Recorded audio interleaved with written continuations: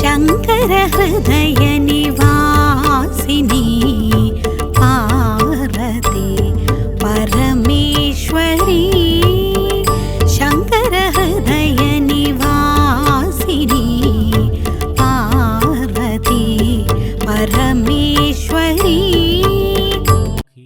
జై జగన్మాత దేవి బగళాముఖి. ఓం హ్రీం బగళాముఖి వరదే సర్వసౌభాగ్యప్రదాయిని సమస్త భక్తానాం సర్వాభీష్టం సాధయ సాధయ హ్రీం ఓం స్వాహ. ఒక వ్యక్తి యొక్క జాతకం ప్రకారం జాతకంలోని 5వ స్థానంలో సూర్యుడు శని రాహువు గనుకుంటే అది పూర్వజన్మ పాపదోషాలకు సూచిక అని ఇదివరకు చెప్పటం జరిగింది. ఇప్పుడు 5వ స్థానం పూర్వపుణ్యస్థానమే కాదు, సంతాన స్థానం అని కూడా చెప్తున్నాను. 5వ స్థానం జాతకం ప్రకారం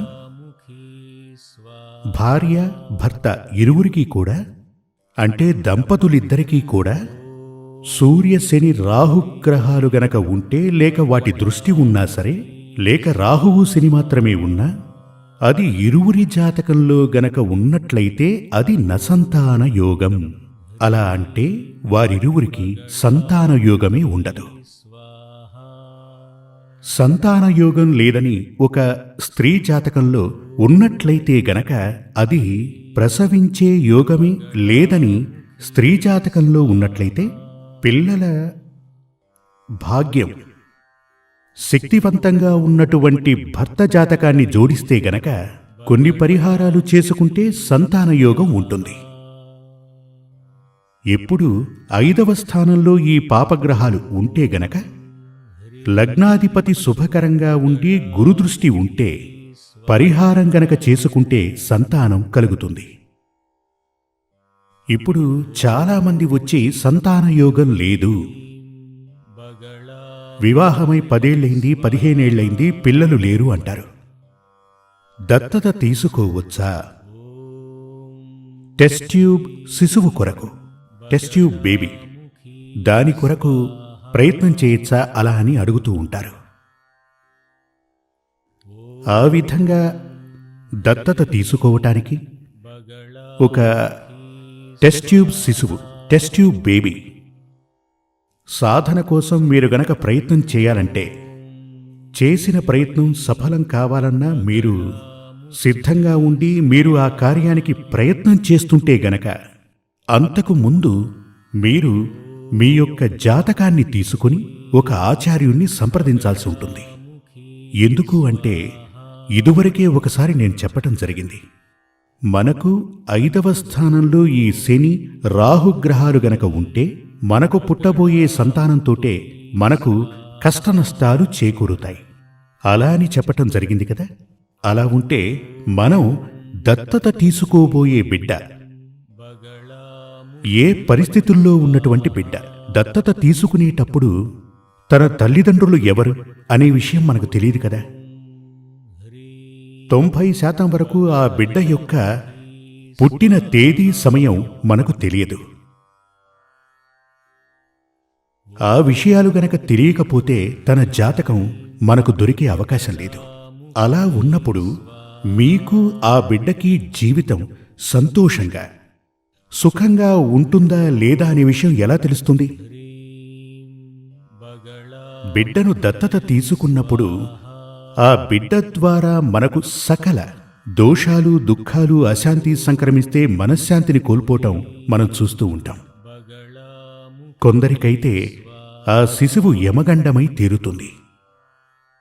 ఇప్పుడు పిల్లలు లేరే అనే ఓ దుఃఖాన్ని తొలగించుకోవటం మానేసి ఆ దుఃఖం నుంచి తప్పించుకోవడానికి ఓ బిడ్డని దత్తత తీసుకుంటారు. ఆ బిడ్డ ద్వారా కష్ట నష్టాలు. ఇది అవసరమా మనకు? నీకు పిల్లలు పుట్టే అవకాశం లేదు, నీకు సంతాన యోగం లేదు అనే విషయాన్ని ఈశ్వరుడు చెప్పాడు. భగవంతుడు ఆ తీర్పు ఇవ్వటం జరిగింది. దానిని మరిచిపోయి ఓ బిడ్డని దత్తత తీసుకొని పెంచి పెద్ద చేయాలని మీరు గనక అనుకుంటే, ఇదివరకే చెప్పినట్టుగా మనం దేనినైతే గట్టిగా నమ్మామో అది మంచిదా లేక చెడ్డదా? దానివల్ల మనకు మంచి జరుగుతుందా, చెడు జరుగుతుందా? ఇవన్నీ తెలుసుకున్న తరువాతే మీ ప్రయత్నాన్ని కొనసాగించాలి. లేదంటే మనశ్శాంతిని కోల్పోతారు. ధన నష్టం, ప్రాణహాని, ఒక్కోసారి జైలు పాలవటం ఇవన్నీ కూడా వచ్చి చేరుతాయి. అలా ఉన్నటువంటి చాలామంది వచ్చి మొదట పిల్లలు లేరు అనే దుఃఖంతో వచ్చి తరువాత వారు ఎంచుకున్న మార్గంలోనే నడిచి దత్తత తీసుకుని ఆ బిడ్డ ద్వారా సకల దోషాలు సంక్రమించి బాధలు అనుభవించిన వారు తెలుసు కాబట్టి మీకు చెప్తున్నాను. అందుచేత పిల్లలు దాదాపుగా 90% పుట్టే అవకాశం ఉందా లేదా చూడండి.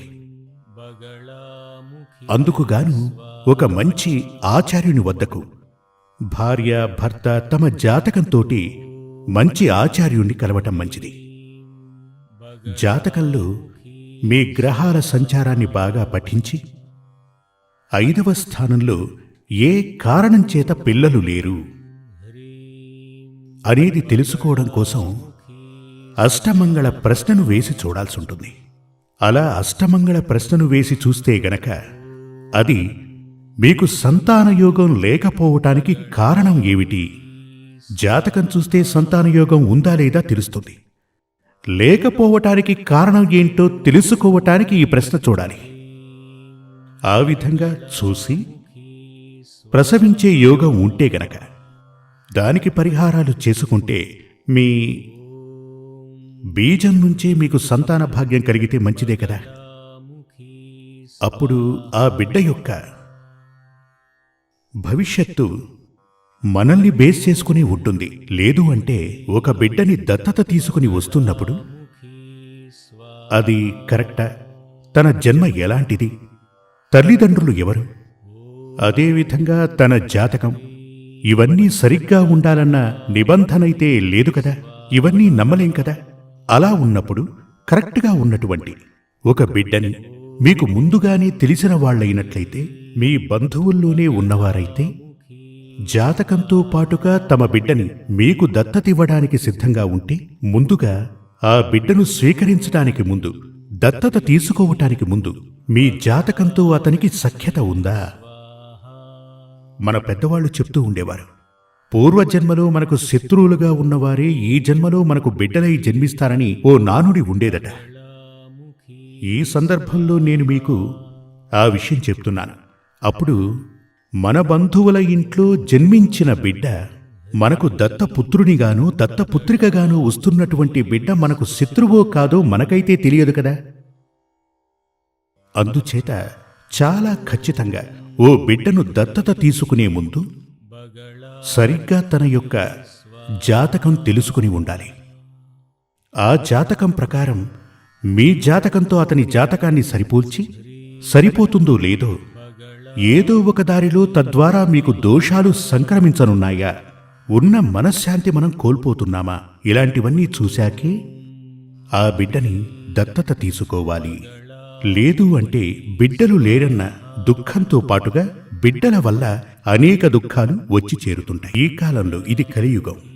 ఈ కలియుగంలో సంతానయోగం లేదు అంటే సంతానయోగం కలగటానికి యోగం ఉంది అంటే జాతకం ప్రకారం కొన్ని మార్పులు చేస్తే సరిపోతుందంటే హరిద్ర వినాయక హోమాన్ని చేయవలసి ఉంటుంది. అదే కలియుగంలో కలియో దేవి వినాయకో అలా అని వేదశాస్త్రాలు చెప్పటం జరిగింది. కలియో దేవి వినాయకో అలా అని అంటే ఈ కలియుగంలో దేవికి వినాయకునికి ప్రత్యక్షంగా మనందర్నీ కూడా కాపాడగలిగినటువంటి మహత్తర శక్తి ఉంది. అందుచేత హరిద్ర వినాయక హోమం ఇదివరకటి రోజుల్లో సంతాన గోపాలం, సంతాన భాగ్యం కలగటానికి సంతాన గోపాల హోమం చేసేవారు. ఇప్పుడు దానికన్నా మహత్తర శక్తివంతమైనది, శీఘ్ర ఫలాన్ని ప్రసాదించేది హరిద్ర వినాయక హోమం. ఈ హరిద్ర వినాయక హోమం చేయటం వల్ల ఖచ్చితంగా, అంటే ఇదివరకున్నటువంటి పుత్రకామేష్టి యాగంతో సమానం. ఆ మంత్రాలే ఇందులోనూ ఉన్నాయి. అది చేయటం ద్వారా సంతానయోగం మనకు గనక ఉండి ఉంటే, కానీ కొన్ని సమస్యలు పూర్వజన్మ పాపదోషాల ద్వారా కొన్ని సమస్యలు వచ్చి దానివల్ల సంతానయోగం మనకు లేదు అంటే గనక ఖచ్చితంగా మనకు పిల్లలు పుడతారు. ఆ దోష పరిహారం చేసి, అంటే పూర్వజన్మ పాపదోష పరిహారం ముందుగా తొలగించవలసి ఉంటుంది. దానికి సహస్ర విరాజిత యాగం చేయాలి. సహస్ర విరాజిత యాగం చేసినప్పుడు పూర్వజన్మ పాపదోషాల వల్ల కలిగిన కష్టం, సమస్య తొలగిపోతుంది. ఆ తరువాత మనకు పిల్లలు పుట్టాలి.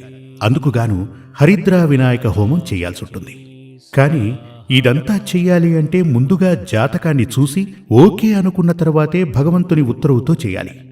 లేదు అంటే మనం గనక హరిద్రా వినాయక హోమం, విరాజిత యాగం వాటి వల్ల ఎలాంటి లాభం ఉండదు.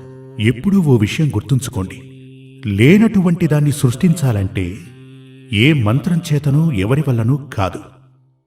కొంతమంది చెప్తూ ఉంటారు, విద్యా విజయప్రద యంత్రాన్ని వేసుకో, విద్యలో నీవు గొప్పవాడివవుతా ఉంటారు. సంతాన గోపాల యాగం చేస్తే పిల్లలు పుడతారు. ధనవశే యంత్రాన్ని ఉంచుకో, ధనభాగ్యం సిద్ధిస్తుంది అంటారు. అదంతా ఊరికే, దానివల్ల ఉపయోగం లేదు. ధనవశే యంత్రాన్ని పెట్టుకోమని చెప్పిన వారే ధనం కోసం ప్రాకులాడుతుంటారు. అందుచేత అవన్నీ మూఢనమ్మకాలే. లేనటువంటి దాన్ని సృష్టించటానికి మంత్రం వల్లో మనిషి వల్లో కాదు, ఈశ్వరుని వల్లే అవుతుంది.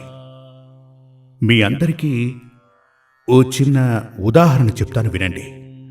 చేతిలో ఓ విత్తనం మన దగ్గర ఉందనుకోండి, సీడ్ విత్తనం. అది గనక ఉంటే దాన్ని గనక నాటామంటే ఏమవుతుంది? అది పెరిగి మనకు ఉపయోగపడుతుంది కదా. అది బాగా ఉపయోగపడాలంటే మరికొన్ని విత్తనాలు చల్లాలి, వాటిని మనం ఉపయోగించుకోవాలి. అప్పుడు మన కోరిక తీరుతుంది. ఇదేమీ లేకుండా ఒట్టి చేతిని ఎలా అంటే పంట పండుతుందా? మనకు ఏం ఉపయోగపడుతుంది? మన కోరిక తీరదు కదా. అదేవిధంగా జాతకంలో యోగం గనక ఉంటే 100% మనం దాన్ని ఉపయోగించుకోవచ్చు, అది మంత్రశక్తి ద్వారా. లేదు అంటే నువ్వు నా దగ్గరికి రా, నీకు అన్నీ నేను చేస్తాను, ఇలా చెప్తూ పోయామంటే అలా చెప్పే ఆచార్యవర్యులే ఈ శాస్త్రాలకు చెడ్డ పేరు తీసుకొస్తూ ఉంటారు. అటువంటి వారి దగ్గరకు వెళ్ళకండి. మంచిగా శాస్త్రాలను పఠించిన వారి దగ్గరకు వెళ్ళి మీ జాతకాల్ని చూపించారంటే మీకు సంతాన భాగ్యం ఉందా లేదా, ఉంది అంటే గనక ఆ దోష నివారణకు మనం ఏం చెయ్యాలి అన్న విషయాలు ఆయన మనకు చెప్తారు. లేక మీరు దత్తత తీసుకోవచ్చా, లేదంటే టెస్ట్ ట్యూబ్ బేబీ కోసం ప్రయత్నం చేయొచ్చా అన్నది కూడా ఆయనే చెప్తారు. అలా ఆయన పరిశీలించి మీకు సూచించిన ప్రకారం మీరు ప్రయత్నించాలి. అప్పుడే మీకు సంతోషం కలుగుతుంది, ఆనందం కలుగుతుంది. రాబోయే బిడ్డ ఒకవేళ పూర్వజన్మలో మీ సంతానమే అయ్యుండొచ్చు, అది కూడా అందులో తెలుస్తుంది. ఒక్కోసారి మీరు దత్తత తీసుకున్న బిడ్డ గత జన్మలో కూడా మీ సంతానమే అయ్యుండొచ్చు. అందుకు ఓ కారణం ఉంటుంది. అదేమిటంటే, ఇప్పుడు ఒక యాక్సిడెంట్ జరిగిందనుకోండి, లేదంటే భూకంపం వచ్చిందనుకోండి. ఒక భూకంపం వచ్చి 1,00,000 మంది దాకా చనిపోయారు. లాతూర్ గురించి మనం విన్నాం కదా, ఇండియా లాతూర్లో భూకంపం వచ్చి 1,00,000 మంది దాకా చనిపోయారు అని. చూడండి, ఇప్పుడు అక్కడ చనిపోయిన వారి ఆయుష్ అక్కడితో ముగిసిపోలేదు. ఒక పడవ మునిగిపోయి 50 మంది చనిపోయారు. అందరి జాతకం ప్రకారం పడవ మునిగిపోయి చనిపోవాలని ఉండదు. అందులో ఓ 10 మంది జాతకం ప్రకారమే అలా జరిగి ఉంటుంది. అలా అక్కడ చనిపోయినటువంటి ఆ ఆత్మలకు స్వర్గప్రాప్తి నరకప్రాప్తి లేకుండా మళ్లీ జన్మించే అవకాశం ఉంటుంది. దీనిని ఆత్మశాస్త్రం చెప్తుంది. అంటే ఒక ప్రమాదం ఏర్పడి అందులో ఓ 10 ఏళ్ల కుర్రాడున్నాడనుకోండి, ఆ కుర్రాడికి 50 ఏళ్ల దాకా ఆయుష్ ఉంది జాతకం ప్రకారం. ఆ ప్రమాదంలో అతను చనిపోయాడు. అలా గనక చనిపోతే ఆ ఆత్మకు వెనువెంటనే స్వర్గప్రాప్తో నరకప్రాప్తో కలగదు. ఆ ఆత్మకు చాలా త్వరగా కాలయాపనే లేకుండా ఈ భూమి నుంచే పునర్జన్మ ప్రాప్తిస్తుంది. ఈ విధంగా పునర్జన్మ పొందినటువంటి ఆ కుర్రాడు, ఆ ఆత్మ ఒకవేళ గత జన్మలో మీ సంతానమే అయ్యుండొచ్చు. దానిని గుర్తించడానికి ఉన్న ఒకే ఒక మార్గం జ్యోతిష్యమే. అది కూడా యోగ్యుడైన వ్యక్తిని అడిగితేనే తెలుస్తుంది. లేదు అంటే ఇంకేముంది, ఎప్పుడూ కూడా నమ్మకం ఉండాలి, మూఢ నమ్మకం ఉండకూడదు. మూఢ నమ్మకం మనల్ని దారి తప్పిస్తుంది. జై జగన్మాతాదేవి బగళాముఖి. సమస్త భక్తానాం సర్వాభీష్టం సాధయ సాధయ హరిం ఓం. శ్రీ సూర్యమంగళం అద్వైత వేద విద్యాపీఠంలో తాంత్రిక పూజల్లో సిద్ధహస్తులైన ఎందరో ఆచార్యులు అమావాస్య, పౌర్ణమి రోజుల్లో ప్రత్యేక యాగాలు నిర్వహిస్తారు. ఈ యాగాల్లో పాల్గొనడం ద్వారా తల్లి శ్రీ బగళాముఖీదేవి అనుగ్రహం వల్ల సర్వదోషాలూ పోయి సకల సౌభాగ్యాలు మనకు కలుగుతాయి. శ్రీ సూర్యమంగళం అద్వైత వేద విద్యాపీఠం జ్యోతిష్యం, ప్రశ్నలు, వాస్తు, తాంత్రిక పూజలు మరియు వేదయాగాలు నిర్వహిస్తారు. సంప్రదించవలసిన నంబర్ 7305442299 7305442299.